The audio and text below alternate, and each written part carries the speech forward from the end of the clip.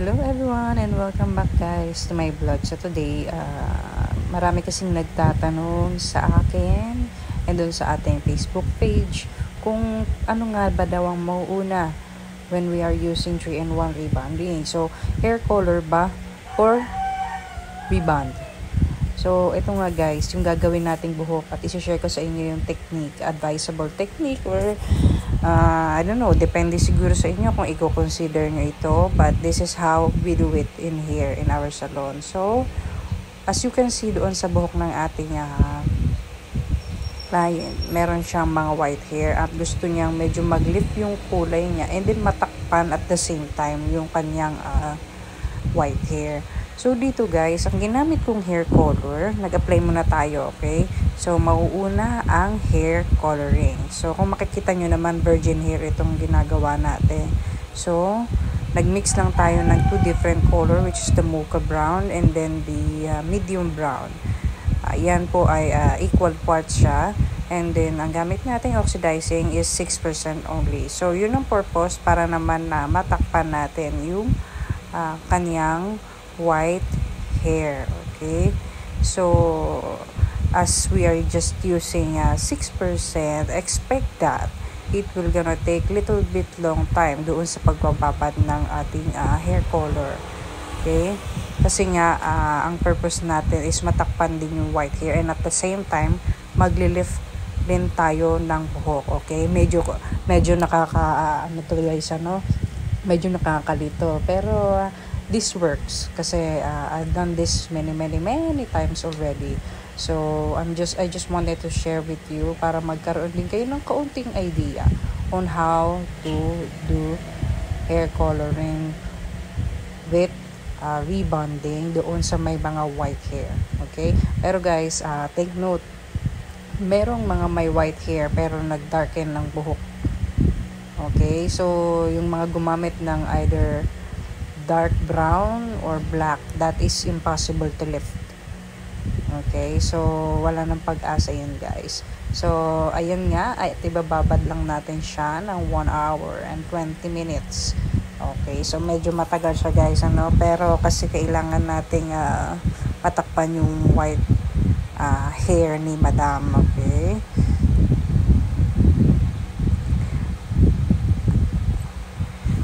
and after nga ng pagbababad natin guys, ay binanlawan na natin siya and syempre shinampo natin ang buhok ni madam. Okay, so as you can see here, naglift naman na yung kulay ng buhok niya, although hindi siya ganoon ka kulay na kulay kasi naman ang target color lang din ni madam is just a little bit touch of blonde. So, it's not totally gusto niyang lifted kasi ang goal niya naman matakpan yung white hair. Okay, while having little bit color doon sa kanyang buhok. So, dito na nga tayo guys sa application ng hair rebonding. So, ang ginamit natin dito, same as usual, the Balotano 3-in-1 rebonding. So, guys, ang buhok ni madam ay 80% wet. Okay, during the application. Okay, so may tendency na may mga part dito na matuyo while we are applying on the other part. So, spray ng water lang kayo guys. So, bakit? Why am I doing this wet hair application? Virgin hair naman si madam. Diba?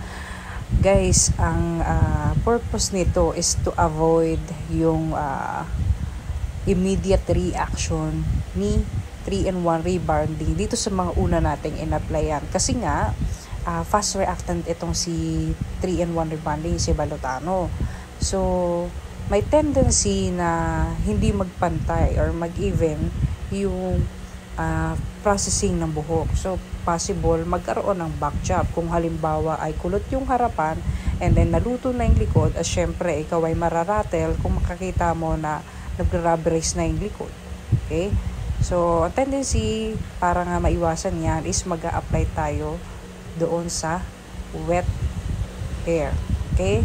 And another thing, kung wet hair application ang gagawin mo, maiiwasan mong mag-overlip. Okay? Mag-overlip yung hair color. Kasi nga, itong si Balotano ay mataas ang pH level niya. So, may tendency na pag habang nagbababa tayo guys, especially kung ang buhok ay dry, Kaya nga ina-advise ko sa inyo kung kayo ay nag-hair color before rebonding, much better kung wet ang buhok. Okay? Para naman mas mapabagal din natin ng konti. We don't need any protector in it. Okay? Unless talagang totally damaged naman ang buhok, yun naman ay hindi na advisable na mag-undergo pa ng rebonding. Okay? Always put in mind that na hindi pag damage na ang hair, wag niyo nang i-rebond. Okay? Para maiwasan niyo yung mas ma-damage pa siya. So dito nga guys, as you can see naman, even yung application natin ng rebonding, and then we just processed it for just 20 minutes only. Okay? Yung mga ganito kasing may kulay, mas madali na itong process, kaya dapat bantay. Okay? Bantayan yung maigi para maiwasan ang pagdadamage ng hair. So after 20 minutes guys, nakita nyo kung gaano ang lift nito. Okay? Kanina kung makikita nyo is almost it's like in a dark brown, pero ngayon makikita nyo guys, because nag-apply tayo ng rebonding, kaya nga nakikita nyo na nag-lift na siya. Kaya nga ang sinasuggest ko sa inyo is huwag kayong mag-a-apply ng rebonding na hindi nyo apply evenly, kasi ang possible, ang tendency niya guys, kung halimbawa makikita nyo na dry siya, and then merong part na lalo na dito sa may anit, okay, sa may bandang roots, makikita nyo na parang bakit ito is nag-overtone. So yun ang reason guys, kasi nga dry application ang ginawa nyo. Kaya I highly suggest do it in a wet application. It is more safer, okay, than putting hair protector doon sa rebonding but you are still applying it on a dry hair. Okay? Much safer pa rin yung wet application. Especially kung si 3-in-1 rebonding Valotano ang gagamitin nyo. So, I hope guys na natuto kayo dito sa ating vlog today, and I will be doing more rebonding or any hair sessions on our next vlog, and I'm going to share it with you again. So this is the final result guys, and then thank you again for watching this vlog.